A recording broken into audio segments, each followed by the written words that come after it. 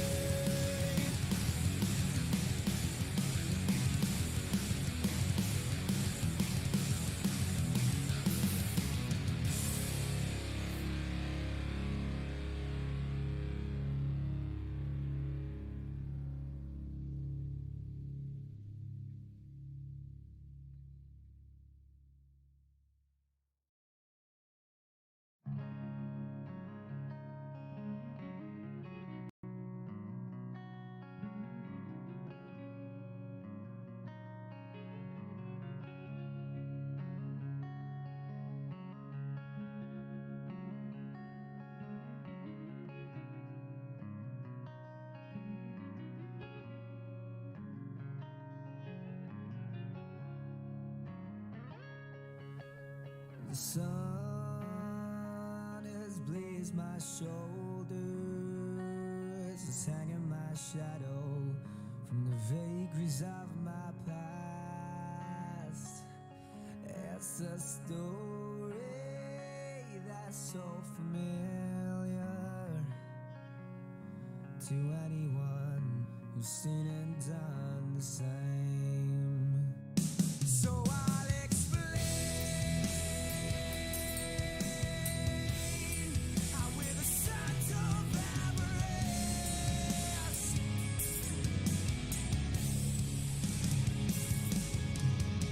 I walking forward towards my life. I could walk through every wall.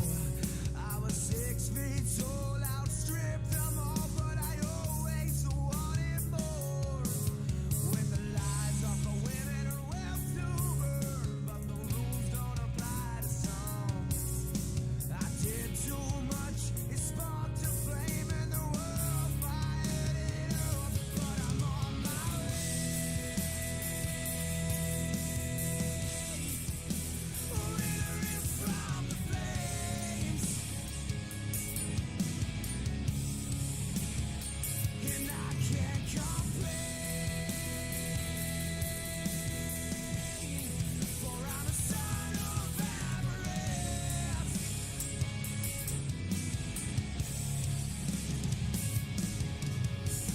I just wish I clipped the brakes, reverse the gears, now blow my tank. Oh yeah. There's no place, no life to feel. What I wouldn't do to see that smile once again. Oh yeah. I'm a son of avarice.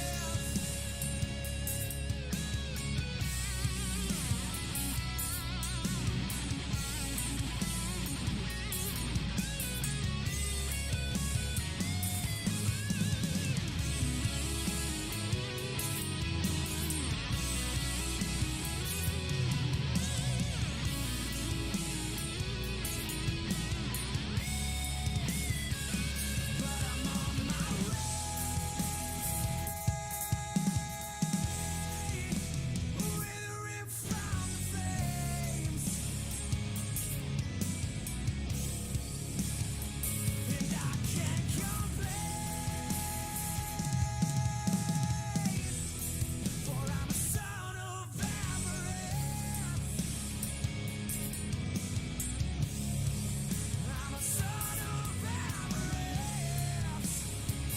Well, good afternoon, good evening, good morning. Once again, new series for us here, the Midwest Days of Thunder Cup Series. Well, good afternoon, good evening, good morning. Rocky Game 150 brought to you by Jinx Shifters. Well, good afternoon, good evening, good morning. Jason over here, Signature Esports.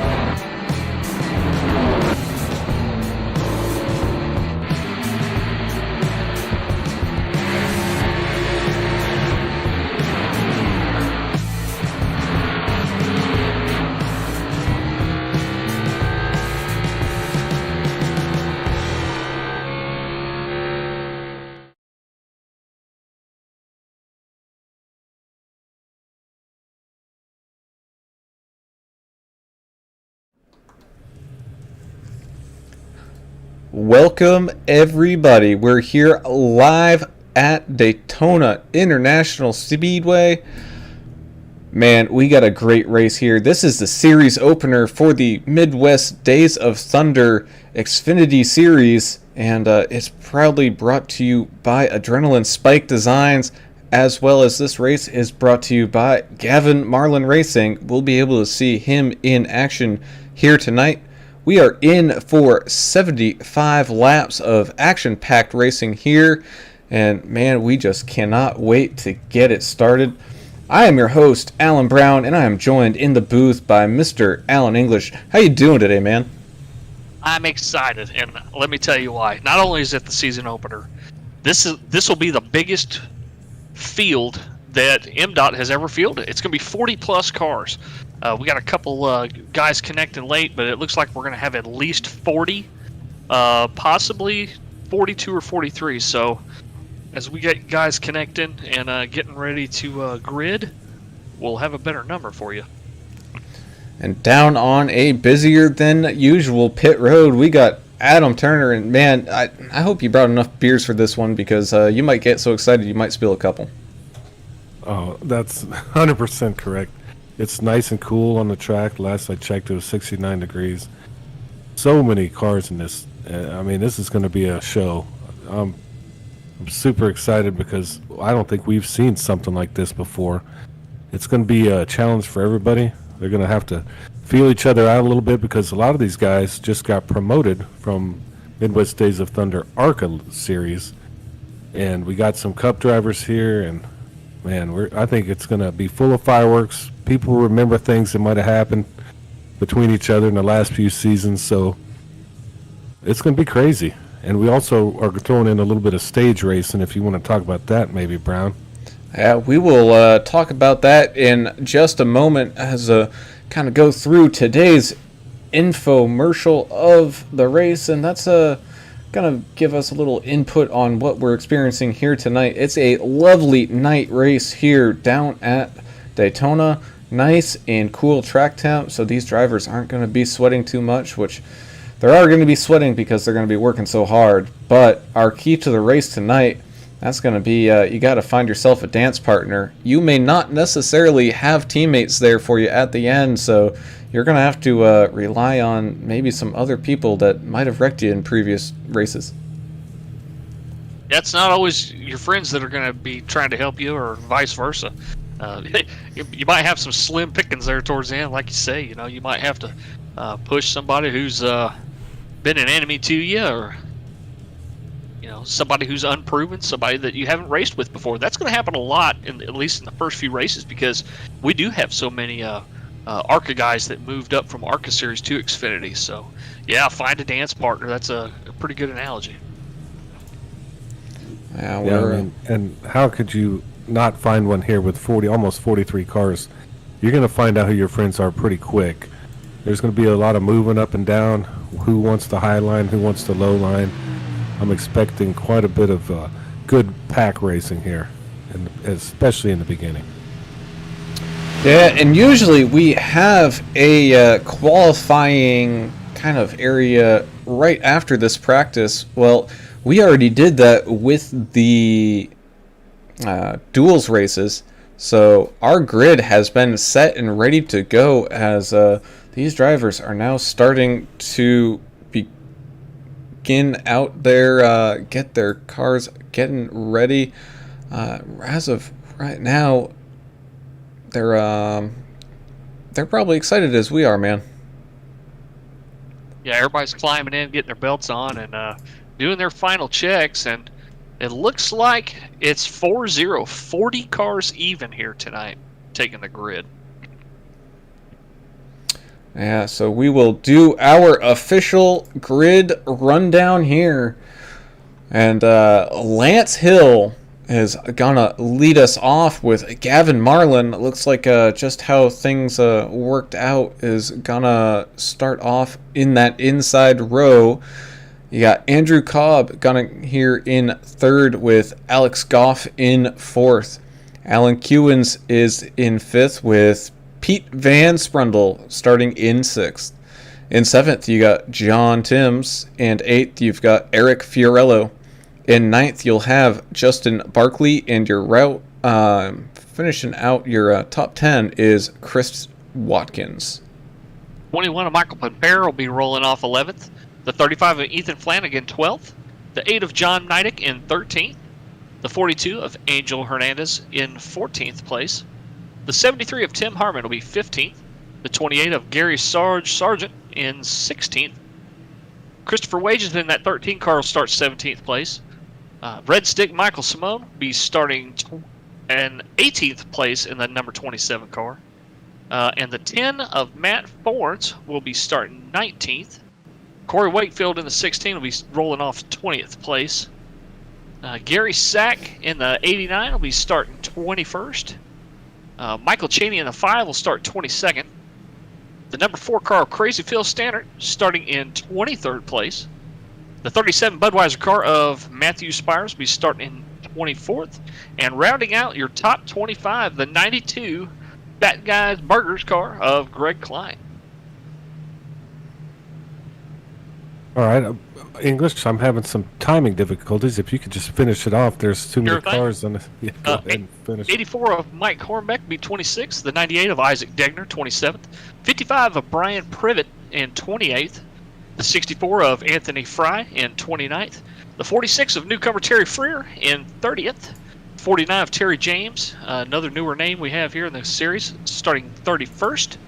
The 31st car of Alan Dixon will be starting behind him, and it looks like we're going green already. We're going green already. Everybody was ready to get going under racing, and away we go. It looks like Gavin sliding right down, right behind Lance Hill. So Lance in that pink machine will start us off. You got Andrew Cobb sitting there in third, and for the most part, they're all kind of starting to wriggle. As the 8 gets turned around back, but we're not going to have under caution there. He was able to get away out of most of the danger. Yeah, John Neidick had a little problem there, got turned, went to the inside. Looks like he stayed clear of everyone. Yeah, sorry folks, that parade lap went kind of long, and I couldn't talk fast enough, so we didn't introduce the last few drivers, but you can look there on the ticker when it comes up here in a minute. You can see where your favorite driver is starting, or where they're at now, at least.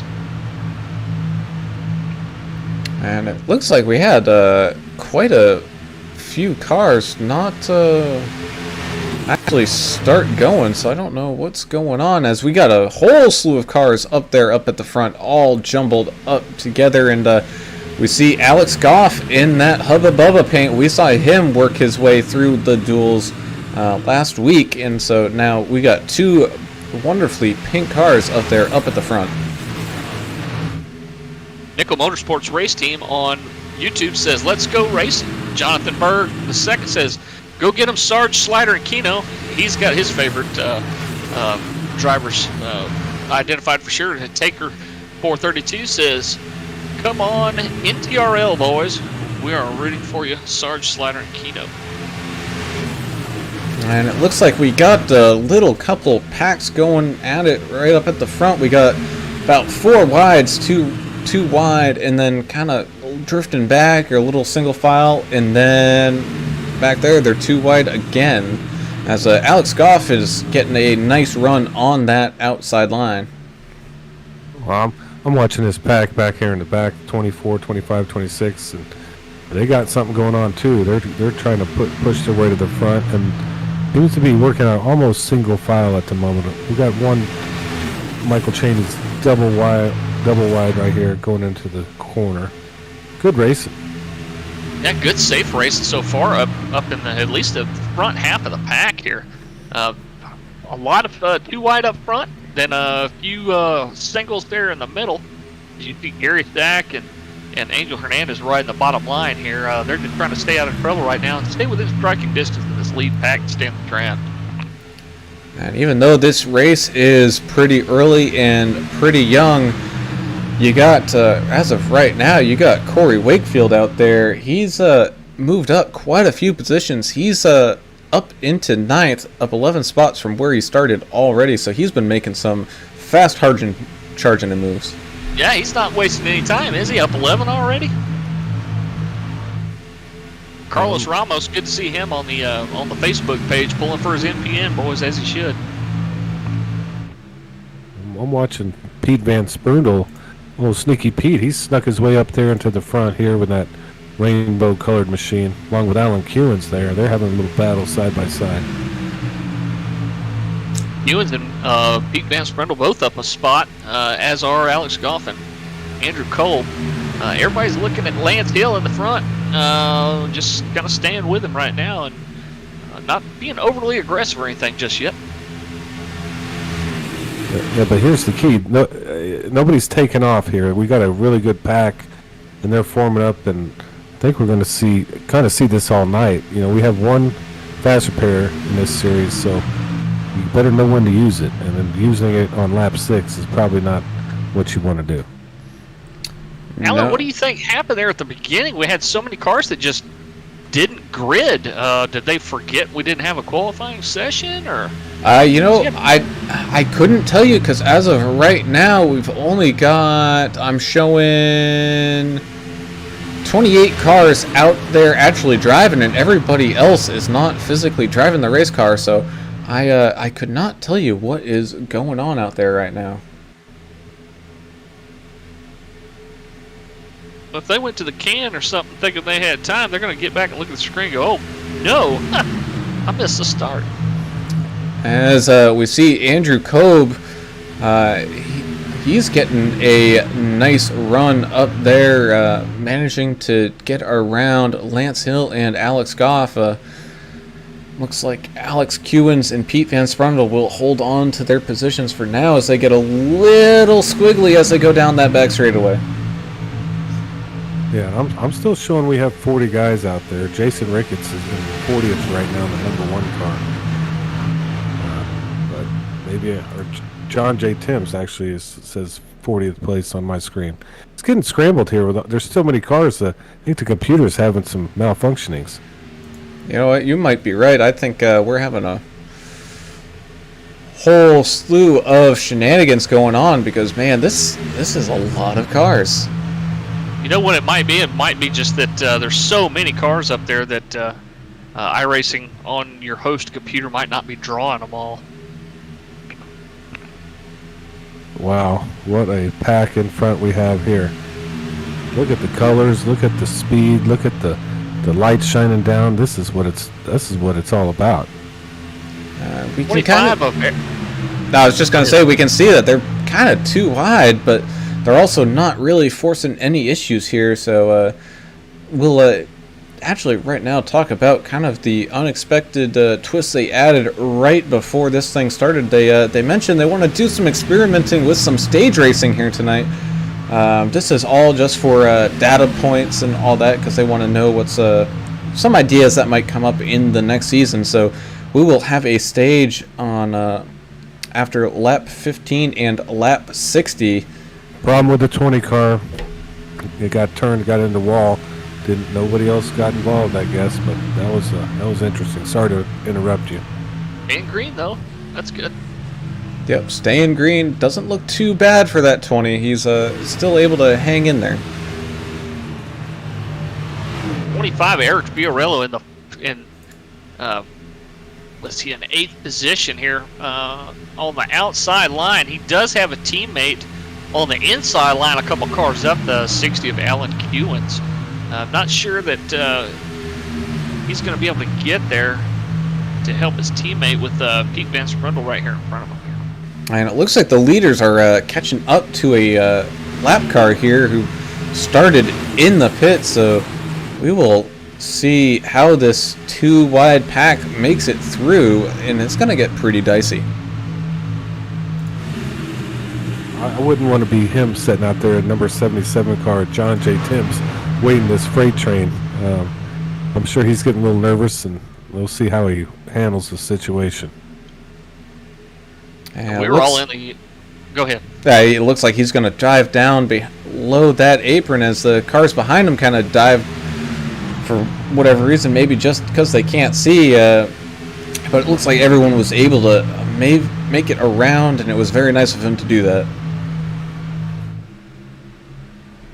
Yeah, some really good sportsmanship there. He didn't have to do that, but I think he felt like he was in the way. I've been there. I've been him before, so good job on him, and let's keep rolling around. As we start to move along here, we are now on lap 11, so we will get a caution here in a few laps. Just a quick note for the strategy here. It sounds like around 50 laps of fuel if you're not quite leading this thing, the entire way. So we expect maybe a 2-stop race out of this thing. Well, and another thing that's going to throw a wrench into things is the stage racing. So after the completion of lap 15 is when they're going to end the stage effectively and throw a caution. So you may have some guys that say the track position is not that important to me right now. I'm going to go ahead and pit and top off. You may have a bunch of other guys, though, that decide, hey, I want to stay out. As we look back through the field, and man, they are stacked up 2 by 2, and man, just look at all those cars. Yeah, they're Beautiful thing, isn't it? they're stacked up too deep, almost to the 25 position. I mean, where would you want to be here? I'm thinking we're almost to this first stage. Just stay clean. It doesn't really matter where you are. You're going to get the stack back up after this yellow. That's right. All I'm going to try to do is stay on the lead lap, try to stay with the first or second pack, and just, like you say, be safe, keep a clean car. You want to save that dash repair until later. Another to keep an eye out. He's sneaking up to that top 10. You got Matthew Spires, currently 14 positions up. So he's been having a pretty good run. Also, we got Phil Stannard and Brian Privet both up double digits as well. So people are driving pretty safe, but they're still making moves out there. Yeah, you can be racy without being overly aggressive, and I think these guys are doing a pretty good job of it. Looks like the 25 and the 60 are together now, but they're side by side. Let's see if Eric's going to stick with that outside line. It looks like he will. Kewen's got plenty of draft help on the bottom. Oh man, that door shut really quick. Alex Goff coming back down the track, not necessarily to throw the block, but maybe just to find out which line's going to carry the momentum. And thankfully it looked like Lance Hill was nice enough to just let him right back in there. Yeah, I'm not seeing anybody that's got a live spotter today. Let me go back through here and look. No, it looks like everybody's just relying on the iRacing automated spotter system. So It'd sure be nice to have a human talking in your ear on this race, wouldn't it, Adam? Well, it would, or you could use the other. Oh, contact between the 25 and 11. Everything's staying green and everyone's still rolling, but man, that could have got ugly right up there in the front. Yeah, he pushed the 11 down below the double yellow line, and that'll be a little wake-up call for both of them guys. They'll have to watch each other a little bit closer, I think. Well, and lucky for them, it's happening right here as they're about to throw this flag for some stage racing, so I think they'll be able to get back in it and lined up. And Lance Hill with a final push there to take that position. And also Pete Van Sprundle able to, I think, sneak it away as well. So Pete with Sneaky Pete with a wonderful move there at the end with Lance Hill. Yeah, again, folks, this isn't something that's going to be a regular thing this season. It's just something that the league administration wanted to trial test just to get some information moving forward. Stage racing may be implemented sometime in the future, but this, just for tonight, the stage 1 ending at end of 15, and stage 2 will actually be lap 60 to give these guys an opportunity to have some different strategies and stuff in that second stage. That's why the admins made the second stage so much bigger. Yeah, speaking of the administration, I mean, you have the owner of this league, Tabor Mowry, the owner of Midwest Days of Thunder, and his, I guess, right-hand man for this series, or one of them, Derek Schimmel. Those guys are working harder than the real Mrs. Poindexter out here tonight, because they got a lot to watch. They got a lot of cars to look at. They got a lot of data to go through. So far, so good. And hearing from the admins during the race meeting, I think they were a little bit nervous having this many cars on the track and having this much activity to monitor. And we're about to get real busy here on pit road, guys. Pit road getting very busy. We will now let's see who gets a good turn here. Now, are you guys just taking fuel, or are you guys going to take tires? Probably a fuel only right here. You know that you're going to have to pit again here, and either at the next caution or halfway through the stage, maybe. Yeah, there's no need for tires at this point. If you're in the back of the pack, maybe, and if you're not going to lose anything. Sneaky Pete comes out. Did he get the lead there? Sneaky Pete was able to sneak the lead away. I'm showing Alan Dixon currently ahead of him, but I think he did beat him out, as we have a whole bunch of racing coming off down pit road. Yeah, Sneaky Pete Van Sprundle looked like he beat him off, but that's just from my eye. I don't know what the timing said. Man, if he didn't, no, as of right now, I'm showing Alan Dixon currently in first, and that is because he did not pit. But so him in the 51 looked like a couple of the only guys to stay out. Looked like the only two besides the lap car of John J. Timms. Yeah, and why are you going to do that? Are you going to stay out there and get that point for leading the lap and get the extra bonus point for the league? Is that maybe their strategy? Yeah, it's good if you're going to do that just to get a lead lap point and that type of thing. You're going to want to do it early, because now you're out there on a different strategy than everybody else. Everybody else is, on the same pit strategy, the same rotation. So you're eventually going to have to pay the piper one way or the other for that. Whether it's going to the back of the field and pitting when nobody else will pit, you're not going to hold that track position forever. As the lights on the pace car are turned off by the looks of it, so we will go back to green flag racing with Pete Van Sprundle sneaking up through the field, being able to take that inside row away from Lance Hill. And then you've got Alex Goff sitting there in third with Alan Dixon and Ken Olson. Both of those drivers did not pit, so they're both up 28 and 29 positions, starting in 4th and 5th.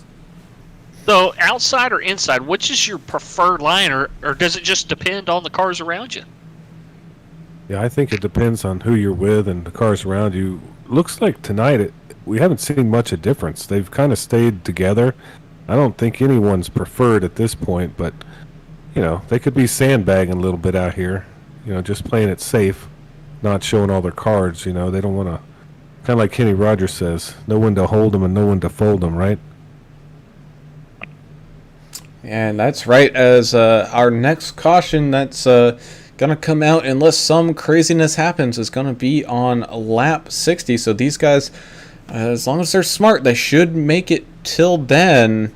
So we'll just have to see what they decide to do for this short run. But pace car is starting to look and come down pit road to take the green flag away once more. Pete Van Sprundle taking us across that checkered line on that inside with a nice little run there, but side by side they go down through the exit of that tri-oval and down into turn number 1. Alex Goff had some help there on that inside line, but the outside was able to quickly regroup and get some momentum. Yeah, 31 and 16 in the 55 are catching back up to Lance up here in the 6 car. I don't think that bottom line's going to get too far ahead of them. Yeah, the 31 of Dixon, 16 of Wakefield, and the 55 of Privet. They seem to have a little groove going on here. Mike Pimpere is right behind him up there on the up top line. As looks like cars are kind of sliding and jockeying themselves for position. Trying to see who that was. I think that was my buttons will work. Don't know who that was. The 16 of Corey Wakefield, saw him sliding down to that bottom row, and man, as of right now, that bottom row staying pretty well, but that outside line is trying to make something happen as well. Yeah, they're just not tucked in close enough behind Lance Hill for that outside line to really make a run towards the front. But how about the 46 of Terry Freer? He did pit, and he is up 24 spots, and he pitted with the rest of these guys. So, wow, what a move! Yeah, that's kind of the magic of Daytona, right? But you can go from there, champ to chump in no time here in this race. I know I say that quite a bit, but you just never know how it's going to shake out. And look at crazy Phil Stannard in the Gravedigger car, number 4. He's made his way up to the front 19 spots too. Yeah, we'll kind of take a look at what's happening at our back of the field. Looks like Gavin Marlin not having too bad of a race himself as of right now. I think he's just sitting back there and kind of being smart and biding his time. Yeah, and he's not by himself back here. He's got plenty of cars around him that are in the same boat. So looking at the 49 of Terry James right there too. But the outside line here looked like they're moving with Ricketts up there in the front.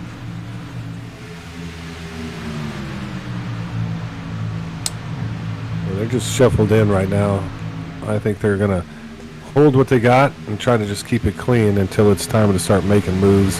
You have your teammates, you have your strategy, you have your own personal opinion on how you want things to go. Oh, Alex Phil goes to inside too.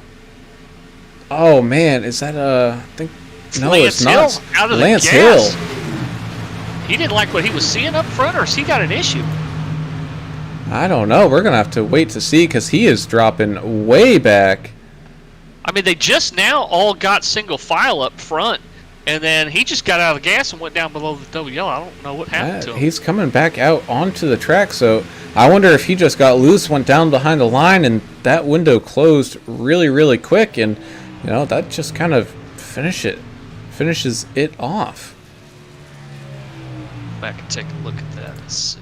Yeah, well, whatever the case is, he's usually in the top on the driver in this league, so he'll be back. Just you gotta stay the course. It's a long race. We still have a long way to go. Marathon here. I didn't see an issue. He was behind the 4. There was some wiggling going up a couple of cars in front of him, and then just all at once he got out of the gas and went down. I wonder if he had a heating issue maybe. As he's a pretty good pusher. He was tucked in pretty close to the 4 car in front of him. Yeah, that makes more sense. He might have got hot there. might have gotten hot. If you're going to be on this guy's bumper, like some of these guys are, it tends to get a little warm. It's kind of easy to overlook. I mean, you think, how these drivers not see a red flashing gauge, but your situational awareness is just, you're saturated with, you got cars behind you, cars beside you, sometimes you're 3 wide, and you're all nose to tail, so there's a lot of stuff to pay attention to, and if he did get hot, maybe he didn't see that gauge blinking. Of course, we're speculating at this point, but... Well, you want to talk about someone who's nose to tail and what these guys are seeing, that would be, let's take a quick look and see what Gary Sargent's dealing with, and he can't see nothing but a whole lot of bumpers, so these guys are starting to have some, especially visibility issues, kind of towards that back of the pack, and yeah, man, this race is going to take a lot of focus. Yeah, he's stuck in there in the middle of it, right? I mean, that's where all the action is. Well, they're too wide, quite a ways into this field. Alex Goff has proven to be a pretty decent pusher. He's behind Pete Van Sprundle up here, doing a pretty good job pushing. 13 is in the wall, right in front of the 8 of Neidick, and they're 3 wide above Corey Wakefield. Let's see what happens to these guys here. It's like the 13 Wages, yeah. Christopher Wages in the Kellogg's car. He held it. Looks like we're going to be okay. Looks like he found him an open spot right there in front of the 11, got back in line. Yeah, I think that, we mentioned that during the meeting that, let's race within our heads. We don't all necessarily... 11 gets turned around! The 11 did the same thing. He scraped the wall. Oh, no. And Buckley just smacked him, too. And that's going to bring out our first official caution of the race. Yeah, we're going to have to take a look at that, but there was some activity going on back there, for sure. He scraped the wall, came back down, and the 93 was still there. No fault to the 93 there. And the 11 just, he just couldn't hold it to the wall there. Let me find where Major our... only 11. Excuse me. Major damage for the 26, too, who had nowhere to go as he hit the 11. Wow. Yeah, and if you don't hold it up on that wall when you hit it, you're due to the banking at this track, you're going to come straight back down, and sometimes that's out of your control, but that's kind of how it works. It's a thing called gravity. I don't know if they teach that in Louisiana down there where you're at. Yeah, sometimes. Fortunately, probably in college. My replay was not working there, so unable to go back to see it. Yeah, that's what happens when you get this many cars on the track. iRacing won't draw them all, so you may have holes in your replay data. It's only common, when you have this many cars out there on the track that happens. Yeah, I think we're gonna have to get you a new computer, one of those Tesla ones that can put us into space. But my computer can't do any of that, so I wouldn't worry about that. We kind of saw what happened there. It's just unfortunate. But look at this. That's really our first true yellow flag right there. Yeah, so that's right. And pit road's getting a little busy now. Little busy as we got Terry Freer, Ken Olson, Phil Stannert, Gavin coming down, Gary Sack coming down. So we got a whole bunch of people coming down, but the top 9 for the most part remain unchanged. And kind of surprisingly, Alan Dixon, who did not pit that stage caution there, he is not coming down pit road, so he has to be saving fuel. Jonathan posted on YouTube that we forgot about Alex. He says, "Go Alex Goff." No, we can talk about Alex Goff. Isn't he the 00 with the Hubba Bubba car? Yeah, but when he was talking about his teammates, he left Alex out, I guess. Oh, okay. Well, I'm too busy watching all this activity on pit road. All the guys in the back, guys, it looked like they kind of came in and got some refresher. So, and I think that's the right move. If you're sitting in the rear, I'd come back, get tires, get gas, get it all, because you got nowhere to go.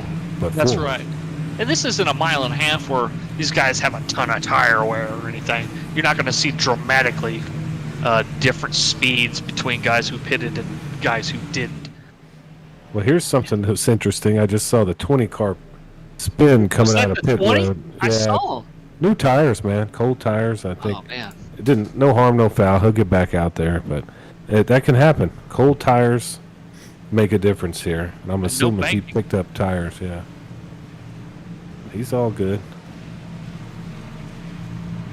Sometimes it, can be deceiving down there on that apron with no banking, and you just think, oh, I got to get back out there as quick as I can, and you're running through the gears. Sometimes that happens. The rear end just slides around on you because you kind of lose focus, maybe. Yeah, it's the Timothy Jones and number 20. It looked like a Home Depot paint scheme, but he's good to go. He's back.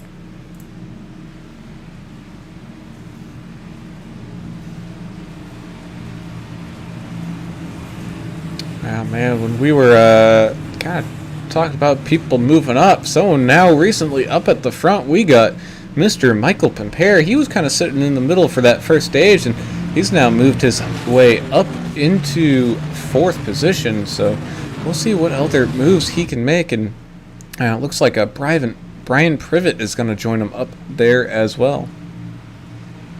Yeah, Mr. Maine, Michael Pimpere, he's always solid in that loud, proud American machine. And then, talk about Privet. He's just been kind of quiet, but deadly. He just keeps moving on up, right? And I think we're gonna see a lot of him this year in this Xfinity series. So as you mentioned, 31 of Dixon's still yet to pit, but he's holding on to that 5th spot still. Yeah, it's kind of looking like I think Terry James also has not pitted yet, and same thing with Michael Hornbeck. So we'll have to wait and see how this thing, whether these guys are going to have enough fuel to make it as the pace car prepares to come down to take us to that green flag once again.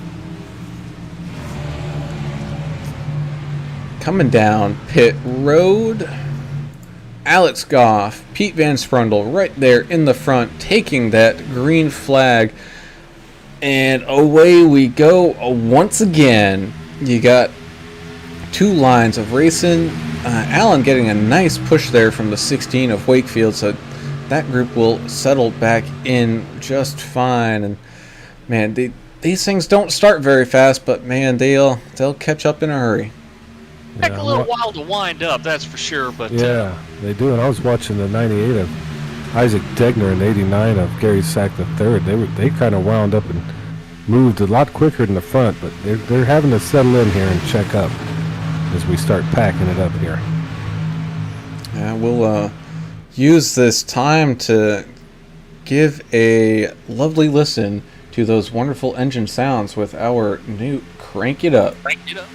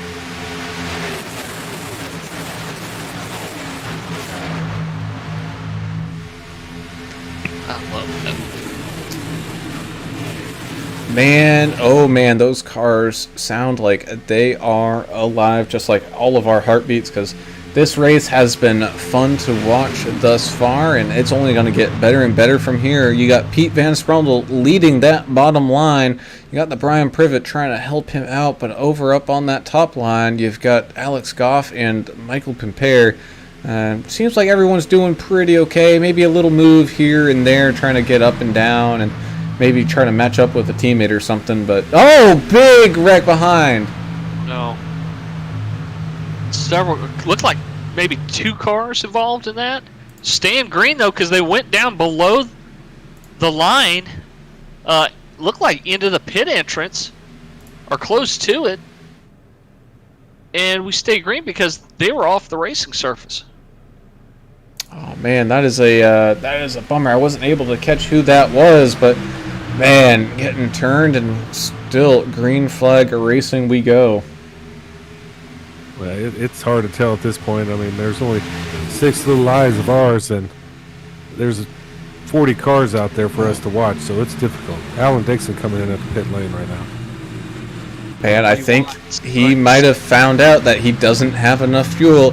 The problem is, when he comes out, he is not going to have any help. So I expect these leaders to catch up pretty quickly to him, as this is a very large gap, and I don't think they're going to need to pit again. So Alan Dixon kind of putting himself out of position there. As Pete Van Sprundle gets loose down into the wall, hits really hard. And so that's I think that's going to be a unfortunate fast repair for him, as he might have to tow. Wow. Alex Goff, I don't know what really happened, but he got into him, and he just went straight down into the wall down there. And the accident before that was the 28 of Gary Sargent. The 46 came up on him pretty quick and tapped him in the right corner of his car. And he came down right in front of the 22 of Barkley, and both cars spun down towards the inside. Man, we're seeing some really great driving and some crazy things happen. So you can kind of see these 2 lines snake along down that long straightaway, down into turns 3 and 4. Not too bad, maybe just peeking out for some air. Maybe the car's just not quite settled in yet, but man, the air must be buffeting these cars like crazy. It must be. I mean, you can't really tell by watching it what the aerodynamics are doing on these cars, but there's some real forces going on here, especially when you're right behind another car and it takes the air off your nose, and you can get aero tight and slide up into a car that's above you sometimes. Yeah, there's so many cars. With so many cars together, you know, it adds to that. I mean, this is a simulation. It's not a game. This is like they try to make this as real as they can, and I think they have. You know, with the aero packages here in Xfinity, and look at Gavin Marlin. He's up there again. And while we talk about him, let's talk about a big mover. Got Kevin Biggs. He started way out in the back. He's now up to 7th.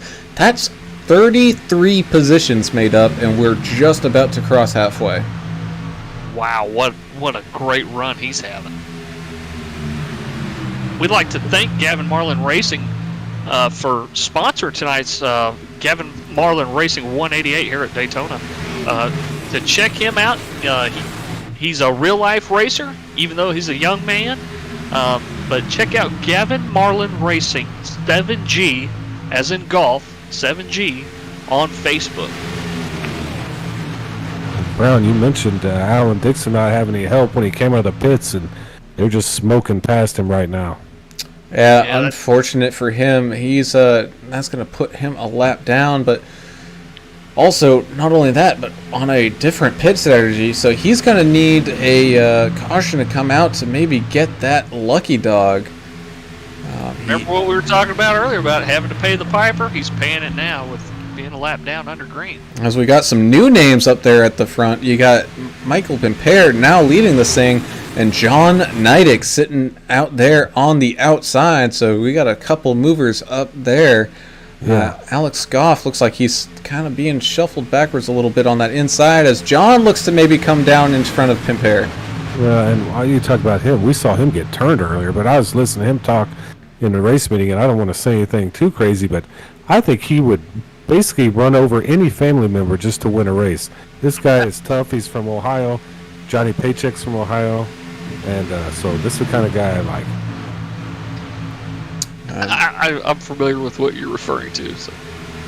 But not only that, but look who he's got kind of outside of him. You've got Gary Sack out there, and he's coming from ARCA, so you know, especially like him and Gavin and Angel, these guys are hungry to show these kind of big boys that they came to play. Yeah, but you know, as a rookie, you better not make a mistake because these guys remember.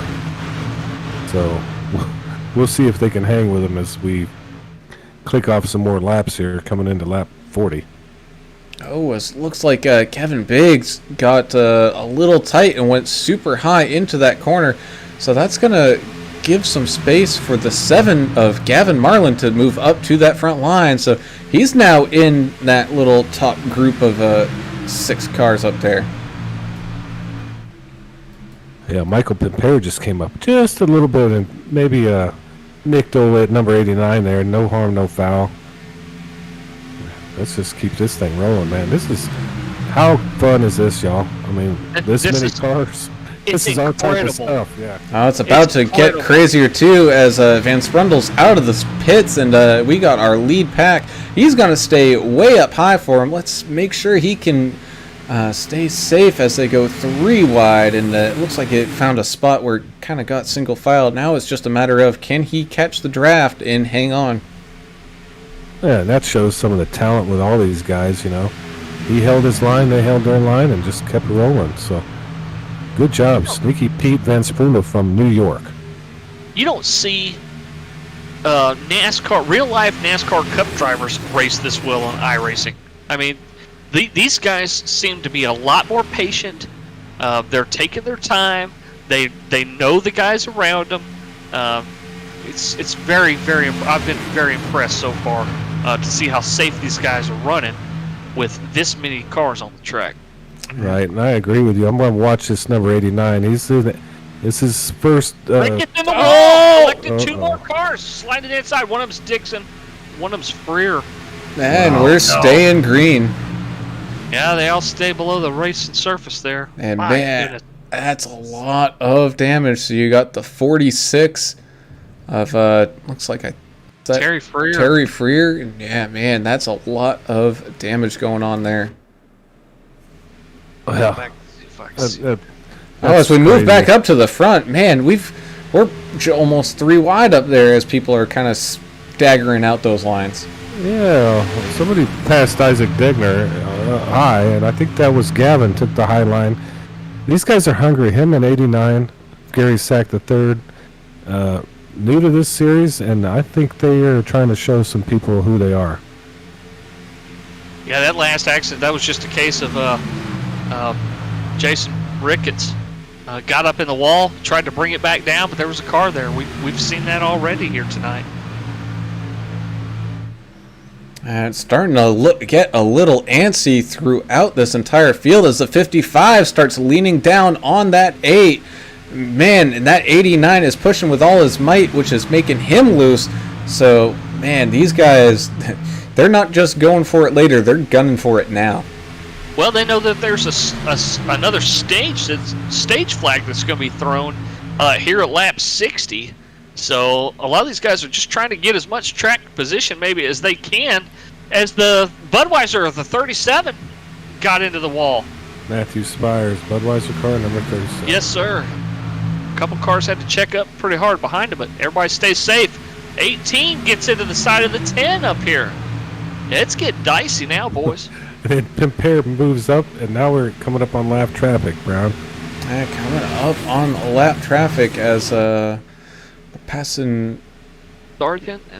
Yeah, it looks like a Sergeant and who's driving? Barkley, Justin Barkley, mac and cheese man. Rough night for Barkley so far. Unfortunately, a lap or 2 down. But these guys, they're definitely a no-holds-barred fight up there, up at the front. As, John Neidick coming down pit road with a whole slew of people. Wow, he picked an interesting time for that, but he's probably on some pit strategies we don't know about, so we're going to see how that pays off for him in the future here. I mean, no matter what, if you pit now or later, you can make it to the end, but either way, you still need at least one more pit stop. But the problem here is knowing that you've got that competition caution coming out, if you think you can make it to that, I think that would probably be the better choice.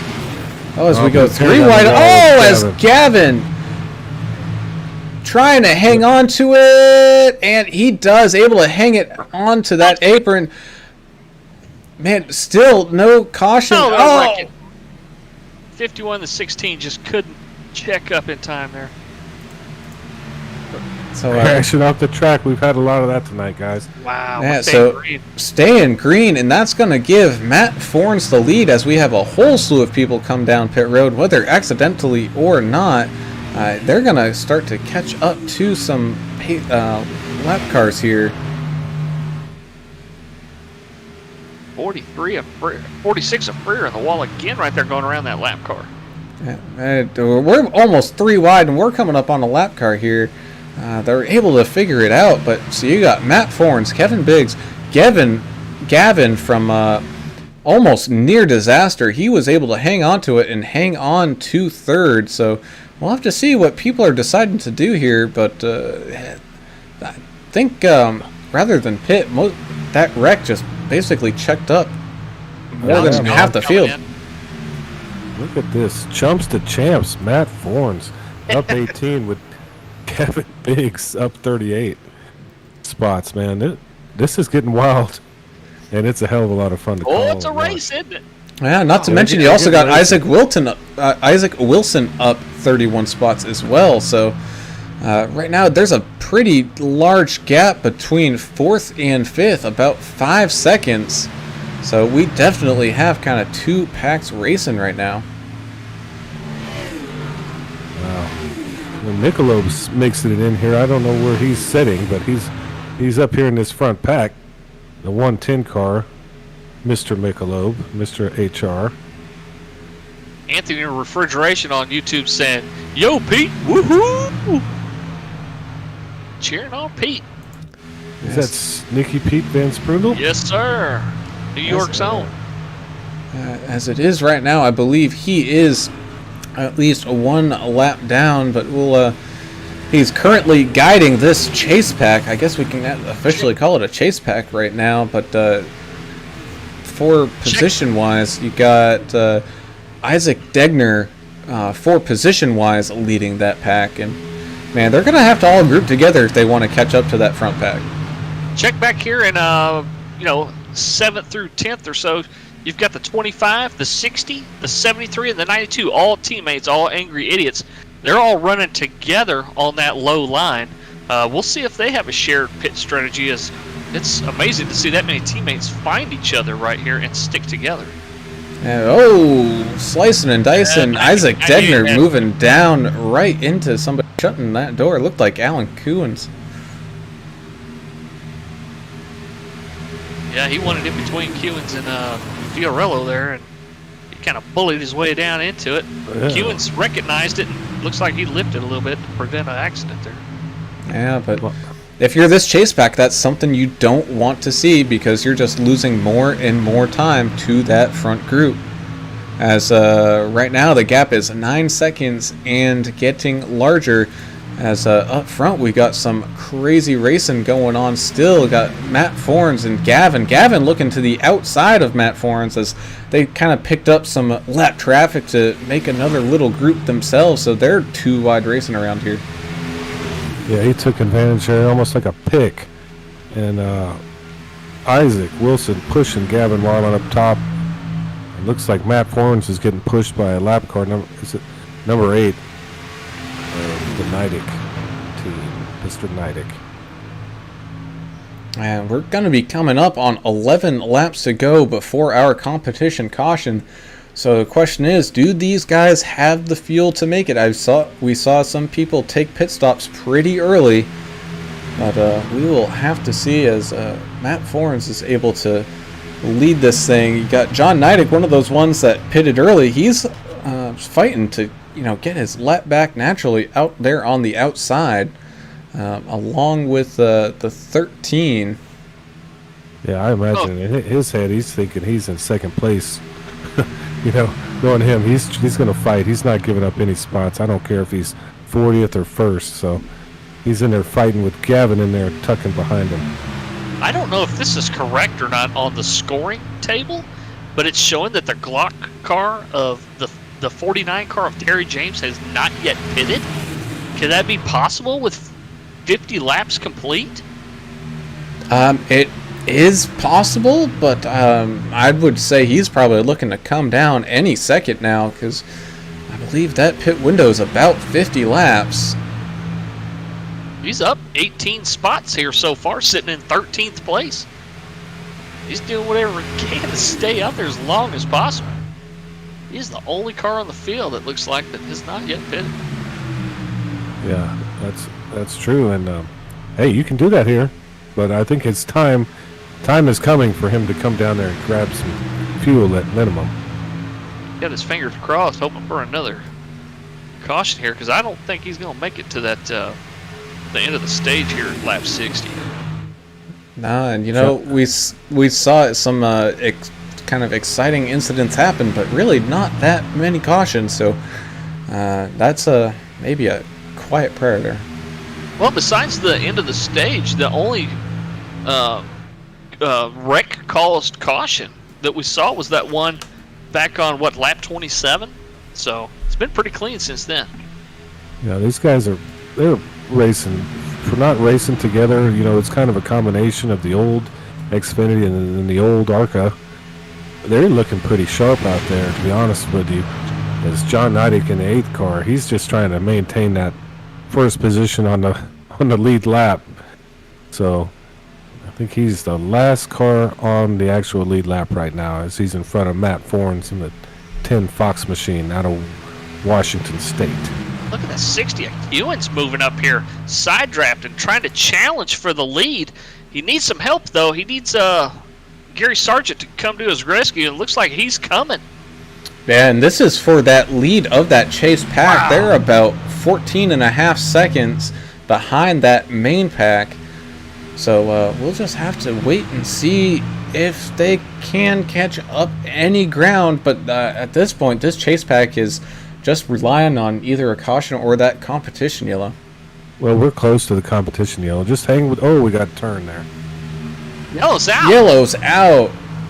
Looked like Matt Fornes got turned, and I didn't see exactly what happened, but that didn't look pretty. Oh, man.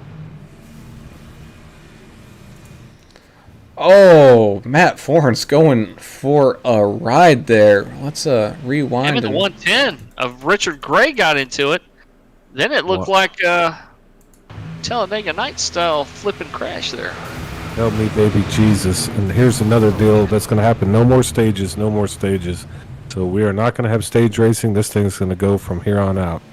Alrighty. I mean, we were getting close as it was anyway, and man, if you're Matt Fornes going from leading this thing to a completely ruined race car, thankfully I think he still has his fast repair, so we'll just have to wait and he just used it. Yeah, and unfortunate with the lap traffic and the 110 Michelob car. I know Michelob didn't mean to do anything there, and it's just a racing incident, pack racing, it happens. And so now, really, the only thing is who is going to get the best pit stop off of pit road here, because this will be the last pit stop unless you get damage later on. Everyone will be good on tires, everyone will be good on fuel, and everybody is just about coming down now. Gary James was so glad to see that running on fumes. You know he's going to come down and get some gas in that 49. Well, I just noticing Mike Hornbeck didn't look like it pitted as well in the 84 car. He's just plugging along in 18th place, and I'm assuming we'll see him down here.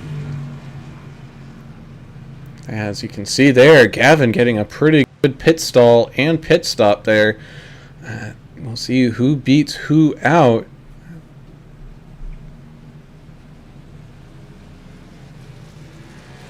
As it looks like it's gonna... Ooh, that was very close to call. Looks like Isaac Wilson might have just barely got it with a fantastic pit stop. Kevin Biggs was able to slide up quite a few spots himself.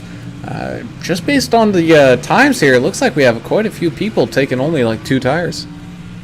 And this is more exciting than the Catalina wine mixer. I don't even know how to describe how excited I am here.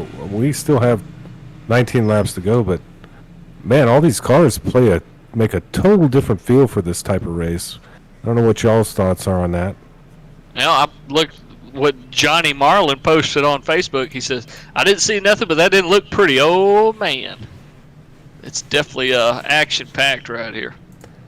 Action-packed racing, and don't look now. You got the rookie, Gavin Marlin. He's sitting up there in the lead, so he was barely just able to hold off Isaac Wilson on that pit exit. So well, I mean, he's sponsoring this race. Let's get him up front for a little bit. And it looks like we're going to have quite a few lap cars here getting their lap back, so that's going to be good to see. And I believe we're going to go green with 18, maybe 19 laps to go. I believe 18? Well, I'm not good at math, and I know the English isn't, being from Louisiana and all, so we'll have to rely on you. You're the smart one here in this group. Yeah, it looks like we'll be going back green with 18 laps to go. And Midwest Days of Thunder, thanks for the comment. Love the big field and great racing. Really proud of these guys. Man, it has been good and exciting. Well, I just want to mention the 60 car, the 25, and the 92. All angry idiots. And they're kind of hanging up front. They're all in the top 10, it's looking like right now. You think those guys worked on some strategy for this race? They may have. I know they're very active in Discord, talking to each other throughout the week. They may have worked something out. I really couldn't say, though. So you got Gavin Marlin, Isaac Wilson, both on the front row, Kevin Biggs, Isaac Degner, Ethan Flanagan, Alan Kewins, Phil Stannert, Eric Fiorello, Tim Harmon, and Greg Klein, all in that top 10, looking for a great finish here tonight, as Gavin is going to lead us through turns 3 and 4 behind this pace car, getting ready to take the green. And you know what it's time for. It's time to buckle up, strap on those drinking helmets, and throw inhibition out the window, because it is now time to go racing.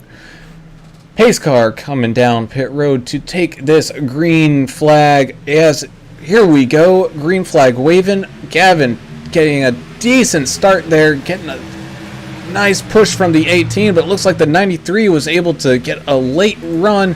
Let's see if he's got the momentum. Yes, he does. He's going to be able to slide down in front of Gavin if he wants it. No, he didn't take it right away, but I will tell you who took it right away. That would be Isaac Degner in that 98. 98 made a command decision right there, said, all right, we're going low, come on. And the 93 went right down in front of him. Oh, 98 going out of line, so it's 3 wide. Gavin sitting there in the middle, no help whatsoever. He's going to need to find kind of a line to maybe slide up into or down into, but right now he's 2 wide with the 18 and the 5 back there for like the 6th position. It looks like the 18 getting a little loose, and I think we were just able to kind of figure things out. Well, we got some teammates battles up front. You got, I think it's Speed Demon Motorsports and Angry Idiots. Looks like they're going after each other here. And it looks like Eric Fiorello and Ethan Flanagan now your top 2 guys up there, up at the front. So those guys have been making a hard charge since that restart. Yeah, so Ethan and Isaac are teammates, and Eric and Greg are teammates. And correct me if I'm wrong, I'm just going off the top of my head, I'm going to have to look, but I believe that's correct. I believe so. That is yes, correct. And as of right now, I think those are the only actual teams relatively close together up there at the front. We will definitely have And to... just a moment ago, it looked like the 7 of Gavin Marlin was sitting in that sucker hole in the middle. We thought he was going to go to the back, but Lance Hill kind of got in behind him there, helped push him around the 5, and look at that. He's still in the 3rd row up here. So, and also there you go, Lance Hill kind of back up there to the top 10 after that kind of weird decision to drop all the way back. And now you got Pete Van Sprundle sitting there 3 wide way back in the pack. This is fun. This is Wow. what we're talking about. 15 laps basically to go, and they're making it racy.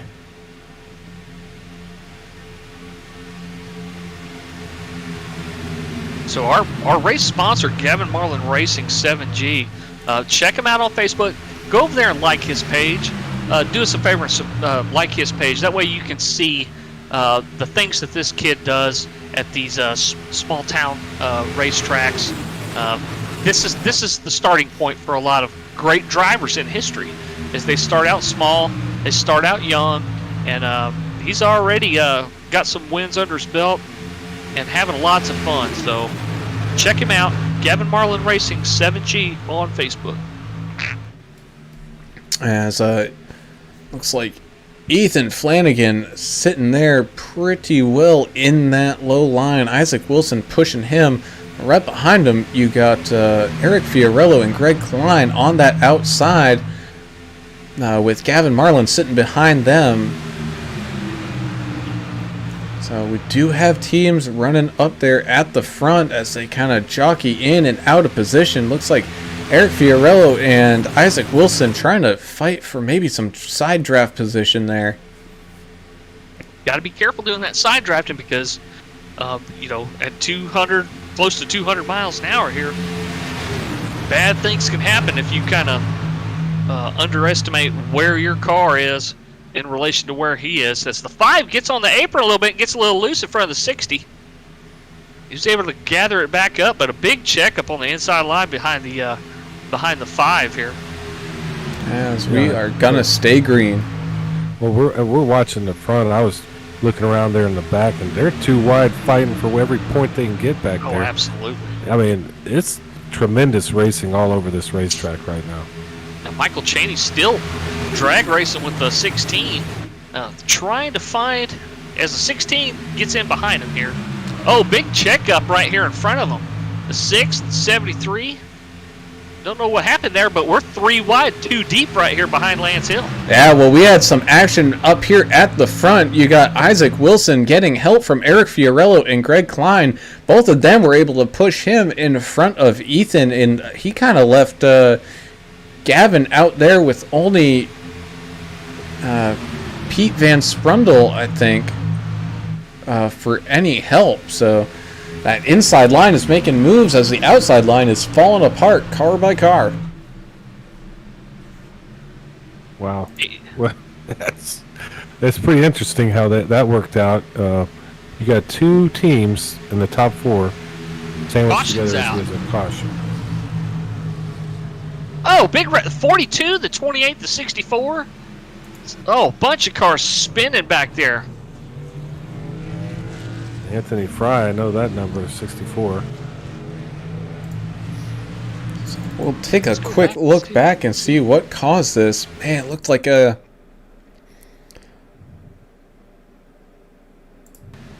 Oh, yeah, car down on the apron and just not a whole lot of room. The one was trying to stay up to avoid it, but got into the 42, and it just happened to collect a few cars as he came back down the track. Well, and this has been, an amazing race. For this amount of cars, we have not seen just a huge amount of cautions or crashes. This is really clean racing, and we have about 10 laps to go. Unfortunately, I think we're going to see at least one big one. What do you boys think? I believe bound you're to happen, correct. man. It's gonna have to happen. I mean, it's But not that's- necessarily something you want to see, but I it's... do. I want to see the big one. It I want is to see it exciting. carry over to next week. I want to see these guys have rivalries. I want to see some infighting. This is team fighting. This is what racing's about, is it not? We don't want to just watch cars run around and give each other high fives. Let's have some rivalries, man. Let's get this thing rolling. Man. Yeah, the 84 was half on the apron, half on the track, and Ricketts and the guys that were coming up behind there they were doing what they could to stay off of that double yellow, but they kind of got stacked up there, not knowing what was going on. And Michael Hornbeck, It number happens. 84. yes, sir. As I was just watching the Italian stallion from Arkansas, Eric Fiorello, he tried to do the old okey doke down the pit road, and nobody followed him. Nobody bid on that bait, did they? No, of course not. It's the oldest trick in the book. That's something we see Manny Valdez doing all the time. He's now racing Cup, but Well, I mean, he would. every time he would do that, even if there was no way anybody was going to pit, he's still going to do a little head fake thing. Yeah, I think he was supposed to race. He's just missing out. Maybe he had a shift. He planned At on work or racing it, something. but I believe he's out of town or Yeah. something. I'm not really sure why, but he'd be one of them guys right up here fighting in the top 5. I'm sure Man, I'm looking forward to the next few laps, guys. So, Yahtzee time. Yeah, Sounds good, let's quickly talk about some people we haven't mentioned much, but you got Micah Buckley. He's currently in 16th, up 17, and right behind him you got Stephen Wood. Those two are just having, not a spectacular night, but a solid night nonetheless, kind of running in that middle of the pack. You also got, let's see, Mike Chaney too, one of the newer drivers in that 5 car. He's up 11 spots in 11th place right now. The 5 of Michael Chaney, that Valvoline car. Yeah, you mentioned Buckley in the 26. He had trouble early. Remember that big caution we had on lap 25 or 26, and when the 11 car came back down the track after that accident, he had nowhere to go and just T-boned him right in the door and totaled his car out. But since then, he's been racing pretty solid, still on the lead lap, up 18 spots overall, sitting in 15th. Yeah, we'll be here 8 laps to go with this green flag. Isaac Wilson, Eric Fiorello starting it up in the front with Greg Klein and Ethan Flanagan in that second row. So a little funny there, but you got 2 teammates, but they're not in the same line as the other. So what do you do if you're Greg Klein? You go ahead and push Isaac Wilson, or do you kind of hang back a little bit, let your teammate make some ground? I mean, what do you do? Man, that's... I don't know. I have no idea. That's, You eventually get to the point in the race, though, where you might have a teammate up there, but you're in it for yourself, too. I mean, it's 67 out of 75 laps. absolutely, but that brings us to our original point. You gotta find a dance partner. There's no I in team, but there is a me. Me, yes. That's a good one, too. We're definitely going to see that here, Brown. Yeah, we are, as a pace car prepares to come down one more time. 8 laps to go once when we get going here. And, man, if this was a time to shine, it would be right now. No more waiting. Pace car down pit road. Green flag waving. Away we go. Isaac Wilson taking that bottom line. Looks like he got a decent start. Eric Fiorello just able to hang on. Isaac moves up the track to block Eric. Eric's got room. He can move down in front of Greg if he wants to right now, and he does.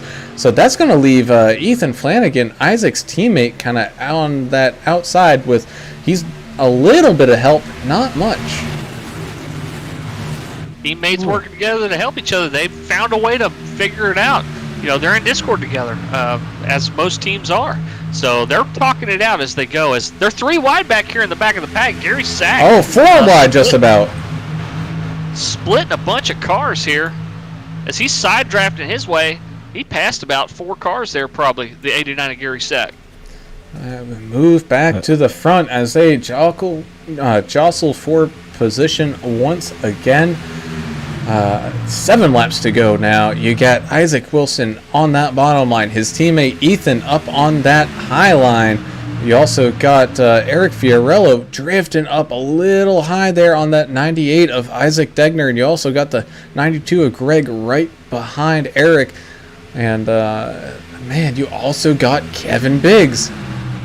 This stuff at the front is chess. It's not checkers, what they're doing up here. A lot of mind games are being played right here, right now. You can't see it, you can't hear it, but I can feel it. They're playing games with each other, and we have almost 5 laps to go here in a second, so it's going to wash out pretty good. A little chess and maybe a little poker going on too. And so, Ethan getting very loose. Maybe a little help from Isaac Degner in the push there. Gary Sack down on the infield. inside. Oh, See if he man. hurts anybody. But He himself. cut back up into Van Sprundle. Oh, man. He went airborne in the grass. And we're gonna have a yellow flag as the 93 drops way down into the apron. I wonder if he checked up right when that yellow flag came out. The 89 of Sack went 3 wide with Alan Kewins. And almost 4 wide as he cut across the nose of Kewins, tried to save it. Hit the grass, went right airborne. there, that was new to the league. Wow. This guy, so I mean, I think we saw that in the duels. He was overly aggressive, and he may have been right there. And now we're gonna be. Is this gonna be a green-white checkered? I'm gonna guess so. I don't know. We're gonna be pretty close. Not able to catch the replay again on that one. So we also got Isaac Wilson coming down pit road there, along with Michael Chaney. So Ethan Flanagan's gonna be your leader with Isaac Degner in second. Carlos Ramos still cheering on as MPN guys, hoping they get up there in the front. Johnny Marlin also actively on Facebook supporting Gavin here. Okay, looks like Isaac Wilson will not be coming down pit road, so he was able to hang on to the lead. He was just trying. I don't know. He got down and people kept passing. I think he's just trying to get back up front. As he's there with his teammate. Looks like in 1 and 2, and then we have Eric Fiorello, Isaac Degner, and then Greg Klein round out that top 5. Should be an interesting finish. Yeah, that it should be, and I think we will have, let's see, it'll be 4 and then 3. I believe it'll be 3 to go the next time we go green. It ain't over yet, though, man. It ain't over yet. We do have 2 green-white checkers here in MDOT, so we could end up using all 2 of them. Here's my opinion. If you're on the lead lap, you still have a chance. You know, crazy things happen here at these plate tracks. And especially if you're in the top 10, you definitely have a chance. So, looking at the scoring table, it looks like your leader is also your hard charger right now. The 93 of Wilson up 34 spots. Kevin Biggs also tied for him. He's currently in 6, up 34 spots. yeah, and for that to happen, a lot of things have to go right for you in your race. And it looks like it has been for Isaac Wilson in 93 and 18 car Kevin Biggs.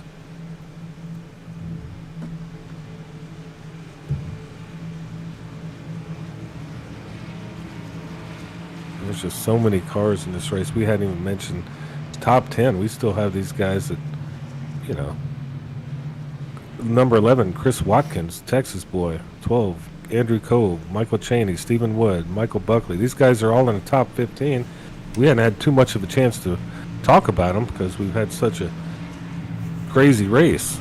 But we're thinking about all of them, and they still have a chance. Yeah, not to mention also Tim Harmon. He's in that top 10.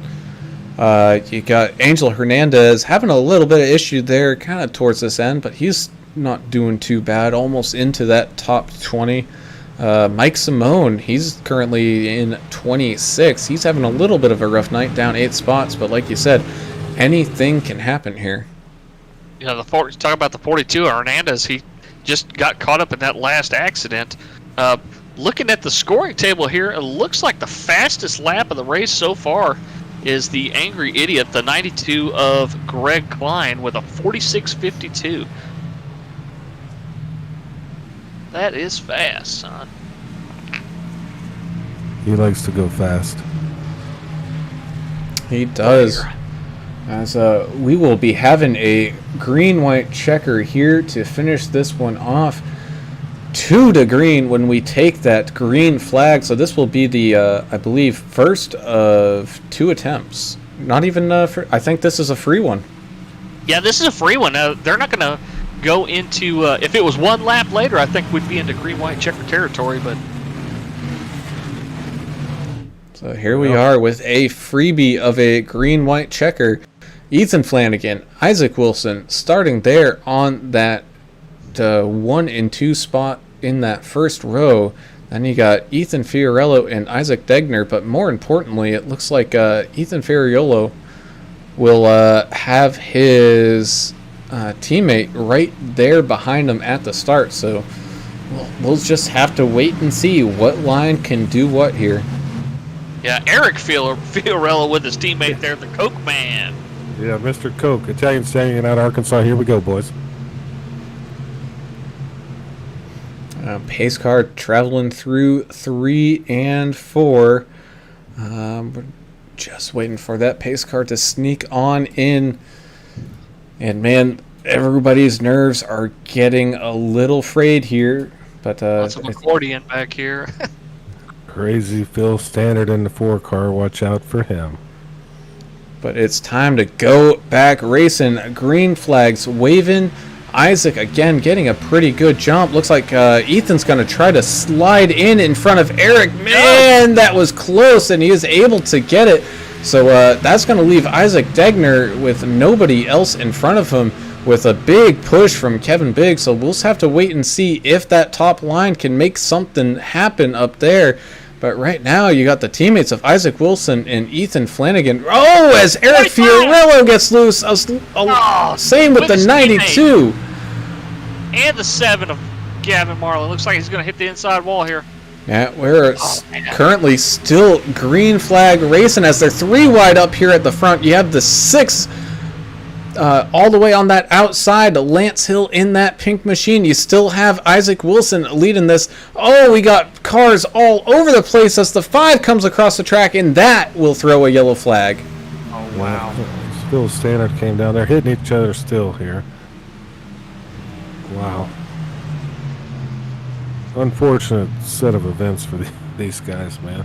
You know, the 92 and the 25 running up front there, and it looked like the 25 got a little bit out of line, and the 92 was trying to stay close to him there and keep that gap to him minimum, let him back in, but the 25 is just getting loose there, and oh man, you hate to see several cars in the front go because it's like a chain reaction. So cars kind of move all over the place, but yeah, we are not done here yet tonight. That's what I was going to say.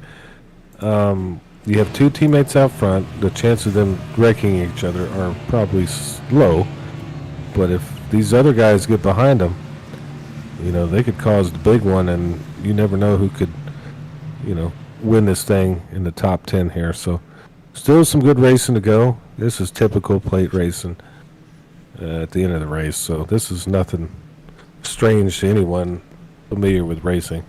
A couple of those cars dropping out. The 36, the 18 of Kevin Biggs is now your hard charger, up 36 positions in 4th place now. Yeah, unfortunate for those angry idiots up there, up at the front, as well as Gavin Marlin. Gavin having a pretty good race, making a nice save early on, but unable to save that one.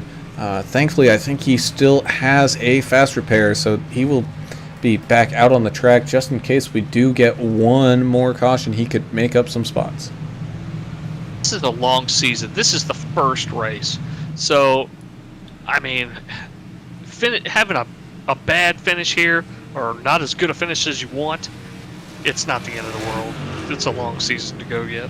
That's true, but this is the signature race, right? I mean, this is Daytona.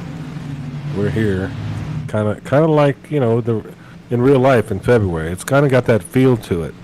All these cars, I think all these rivalries that we're about to figure out throughout the season. They're kind of brewing, aren't they? They're already, and we're only 76 laps into this season. Yeah, so what we'll do here, just really, really quick, we're going to take a quick break, and we'll be back before this thing goes back green, so stay put. Don't worry, we ain't going nowhere. We'll be right back. Well, good afternoon, good evening, good morning. Once again, 2 series for us here, the Midwest Days of Thunder Cup Series. Well, good afternoon, good evening, good morning. Rockingham 150 brought to you by Jinx Shifters. Well, good afternoon, good evening, good morning. Jason over here, Signature Esports.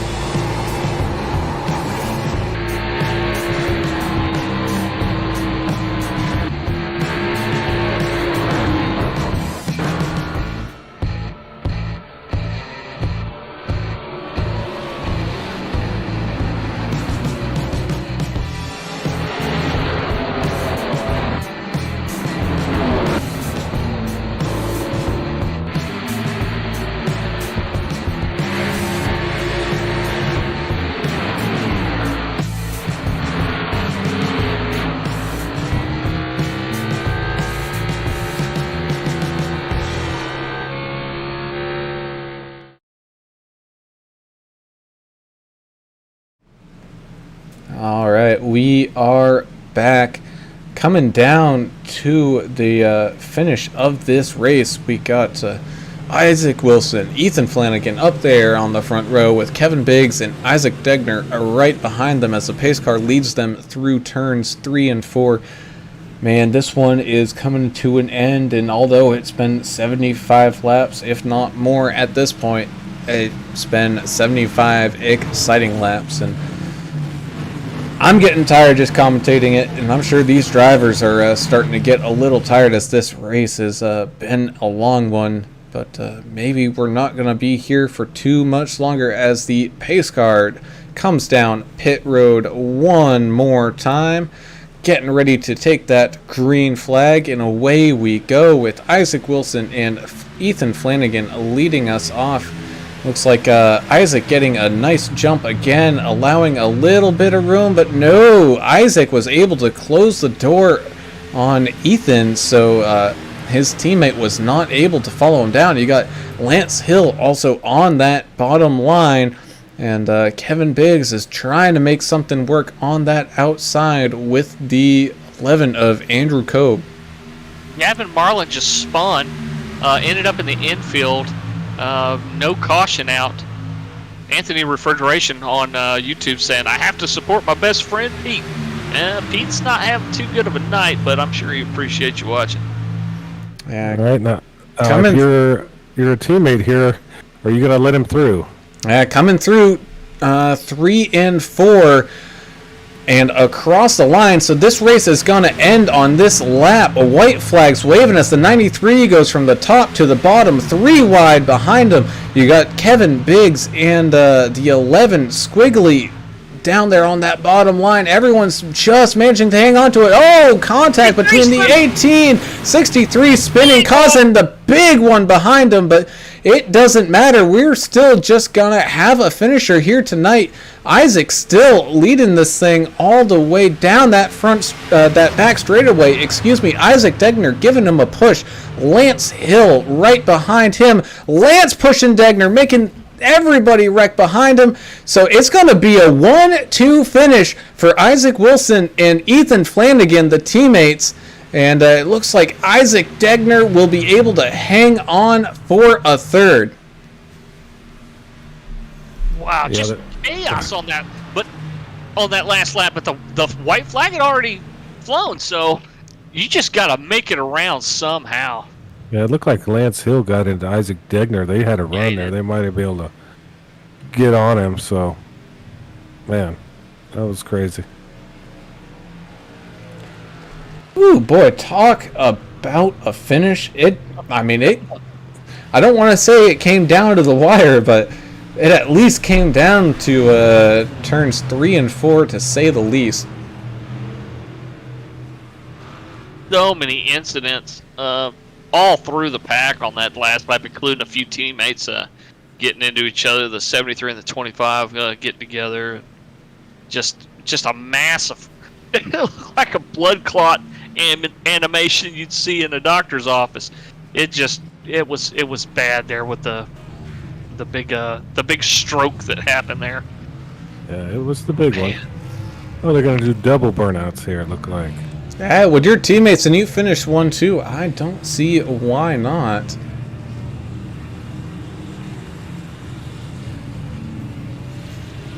Looks like Biggs hung in there for the hard charger. Up 35 spots. Finishing 5th. I'll call that a good day. Oh, definitely any day of the week. Yeah, for sure. Yeah, if you could make up 35 positions in any race. I know we had a big field here, but that's quite an accomplishment. He should be really proud of that.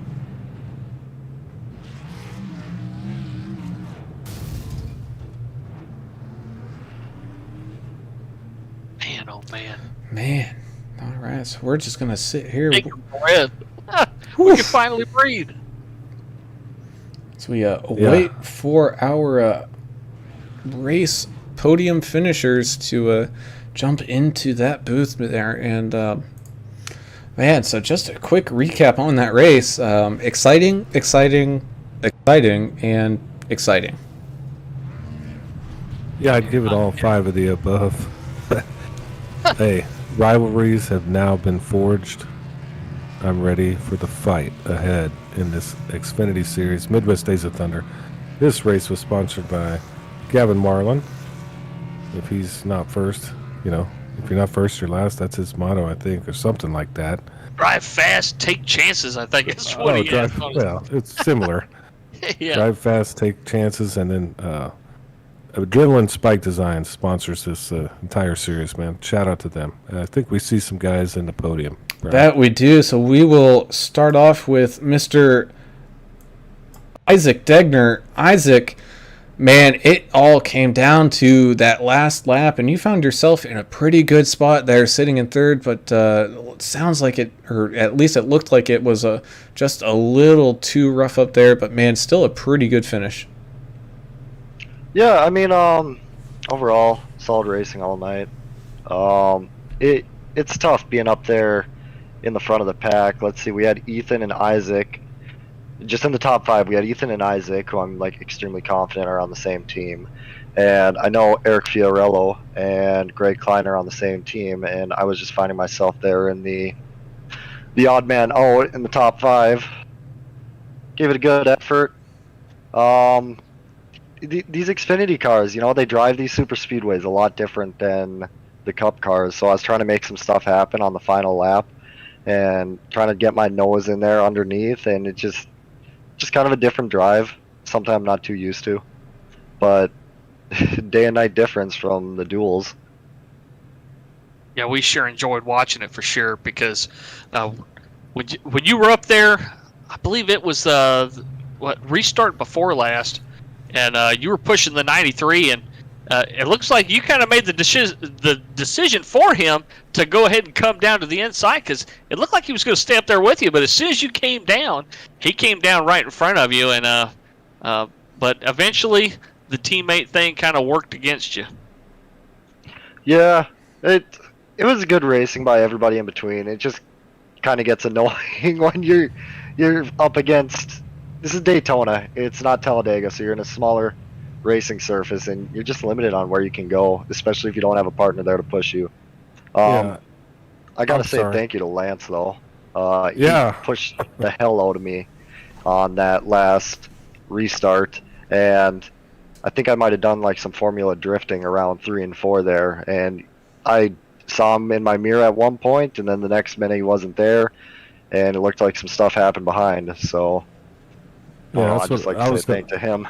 Yeah, I was going to mention that Lance was pushing you, and I thought you were basically on the bumper of Wilson there, and I thought, man, we're going to get him turned. So I'm sure that thought was crossing your mind, trying to get on his bumper and see if you can get a little bit of maneuver around him. Oh well, it didn't end up happening, so we'll leave her at that. Yeah, hey, good race, man. You stuck in there. That's a long race, a lot of cars. It was super exciting to watch so many cars in this. This series has grown, and we're looking forward to it. Yeah, I guess I'd just like to end with what if somebody asked me like even a year ago, "Hey man, you ready for the 40-man field for MDOT this weekend?" And I'm like, "What? 40? Like that seems a little bit high." We had good quality racing. We had dang near a full field, and this league is just going in the right direction. Yeah, no, again, congratulations on the third finish here today. Just one last question on how much forward are you looking for this upcoming rest of the season? Well, Xfinity, I don't know. I'm kind of on the fence about it. I got some other buddies that I'm looking at racing with them on Monday nights, but the season here is like really good. If we keep getting this kind of turnout, I'll probably stay racing around here with these guys because with this much people in the field, that's something pumped to look forward to.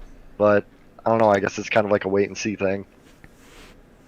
All right, man. Well, definitely look forward to seeing it, and good luck the rest of the season. Heck yeah. Thank you guys for as always, presenting an awesome broadcast. You guys do an awesome job. Thanks, man. Good Appreciate job. it, man. So we'll now move up the ladder and bring in Mr. Ethan Flanagan, who got a solid second place finish here. And man, I tell you, talk about needing a teammate at the right time. And just kind of tell us how that finish went for you. Well, I mean, it was very, I don't know how to say it. It got my blood pressure up. I'll say that for sure. It was an honor to be second behind my teammate for the finish, and I'm just really proud. You know, it's just good. I got to do some burnouts with him, and that's all I really have to say. He said he would help me at Talladega in the playoffs, so it's worth it to me. Well, if your adrenaline wasn't pumping, you wouldn't be human, man. That was exciting. We were on the edge of our seats watching it, and great race today. I believe you started in 8th or 9th position. You're up 10 positions on the day, so great moving up through the field, and great finish with your teammate. Yeah, just a comment on that. I actually missed the start by accident, so I started dead last. So, Oh, wow. yeah, it was a little crazy, if you ask me. But, yeah, this is my worst track. But I'm much better at Talladega. Everybody is. But this place, it screams how important track position is, unlike Talladega. But, yeah, I'm thrilled to even get a top 5 here. Yeah, well, if this is your worst track, then you're going to have a heck of a season. Yeah, Talladega's a little wider. This is a little tighter, and you did a great job, especially hanging with your teammate there at the end. So congratulations on the P2. Yeah, it was definitely really fun, and congratulations to Isaac too. That was one hell of a race. And so before we let you go, well, let's get your thoughts. I mean, this is a solid start to the season. How much forward are you looking forward to the rest of it? Well, I mean, this season has a lot more daytime races, so I'm looking forward to that because the tracks are going to be slick. And, you know, last season, a lot of it was night races, and that was my weakness. So I'm definitely looking forward to the rest of the season. Awesome, man. Well, we wish you the best of luck and look forward to maybe seeing you again in the future. We'll check you out later. All right. Thanks, guys. And so now we'll move on to our winner, and that would be Isaac Wilson.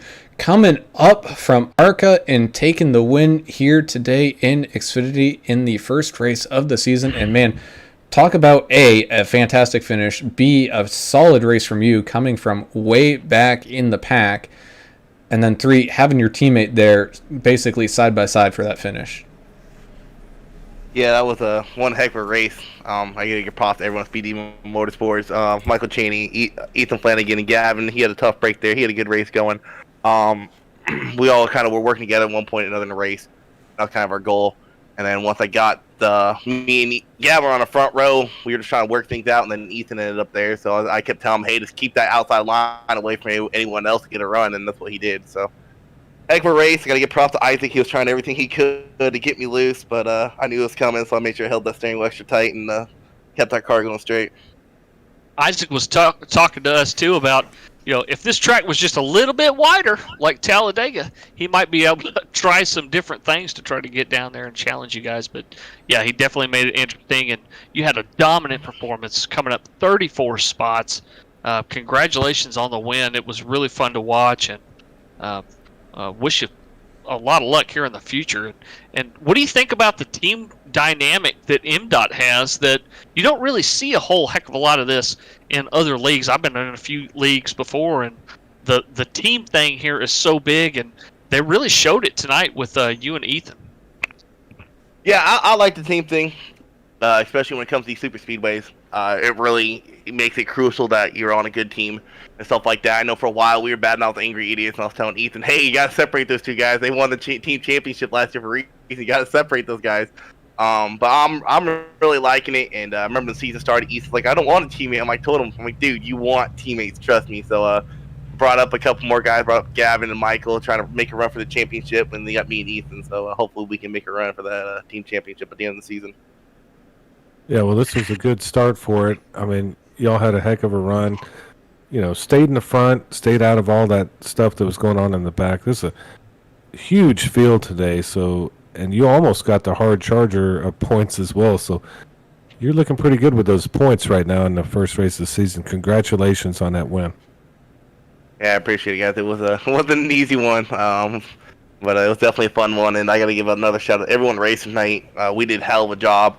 I don't know on the caution count. I think we were under 5. We might have been right at 5, not counting the stage break caution. So everyone else driving tonight did a really great job keeping the cars clean, keeping them going straight. I was sketchy about it. I was like, I'm starting to back. I'm staying back here. And once I saw it kind of like, okay, I'm like, all right. So I started kind of picking off cars one by one, and then it got to a point where I think with me, Gavin, and Matt, we had made it through a wreck that didn't bring out a caution.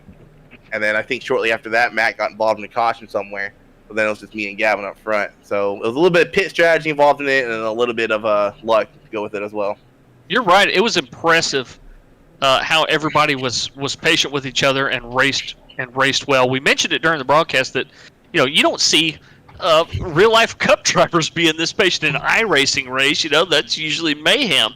But you guys put on a heck of a show and did a great job keeping it clean for the most part, and it was a blast to watch.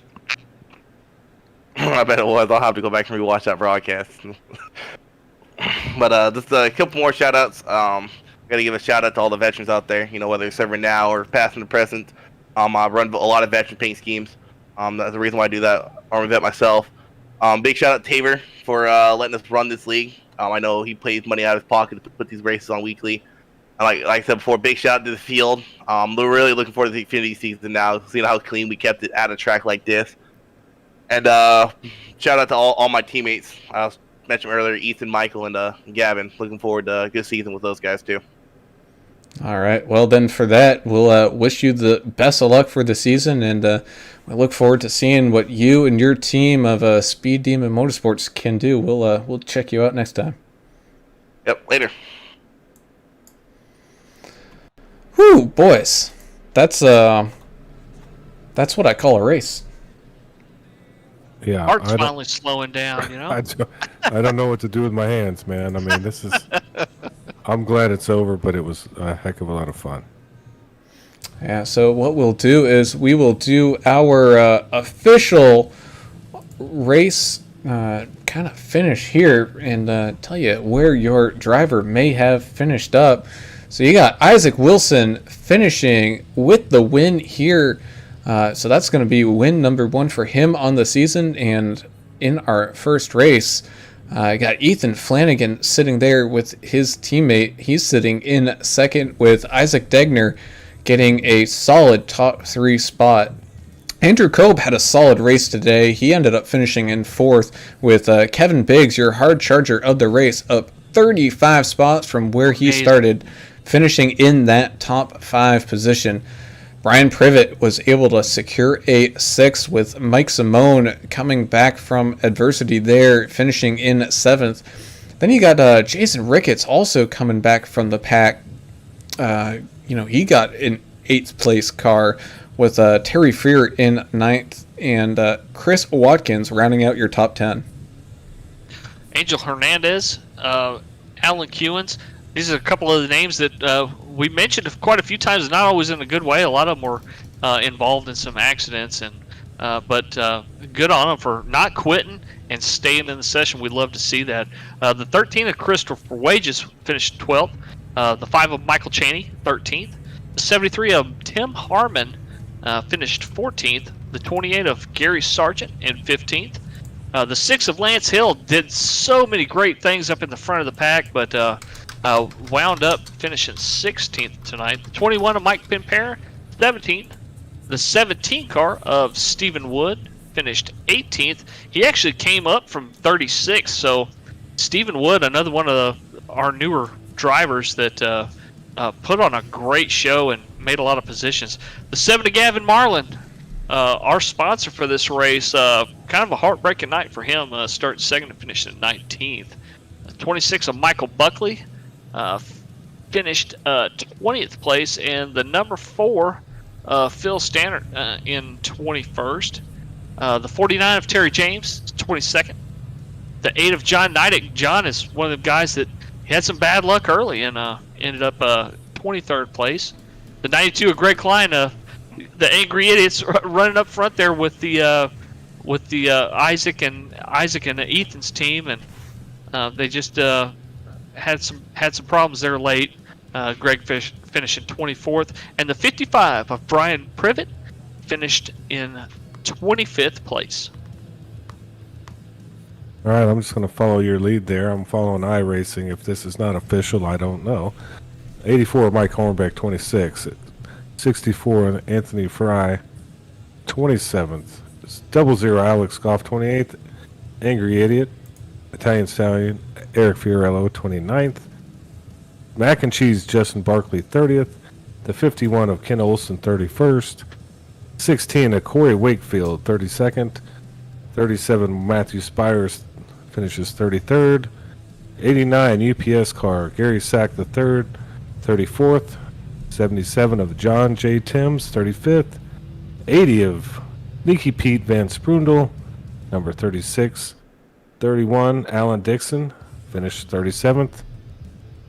The number 110 car, Michelob, Richard Gray, 38th. Matt Forns out of Washington finished 39th. And finally, Timothy Jones in the 20 car, finishing 40th. Man, I'm just tired out just from reading the list. Gosh darn. I'll tell you what. A lot of cars out there. That's where you out now. Heck of a race. Had a lot of fun, guys, and let's get this one done. Yeah, so we will see you tomorrow night with some more super speedway action. I apologize, I don't know the league off the top of my head, Mr. English. HCK Beagles on M.TV. Go and check them out. They're a super speedway league, and you'll be able to see them live tomorrow night. But as for tonight, that's gonna do it for us here from Daytona. I'm Alan Brown, and for Alan English and Adam Turner, we're signing off. Have a great night, everybody. And thanks once again to Gavin Marlin Racing 7G. Check him out on Facebook. Follow this kid. He's really going places in the racing community on the East Coast. Gavin Marlin Racing 7G on Facebook. Thanks a lot, Gavin, for sponsoring us. And we gone. See ya.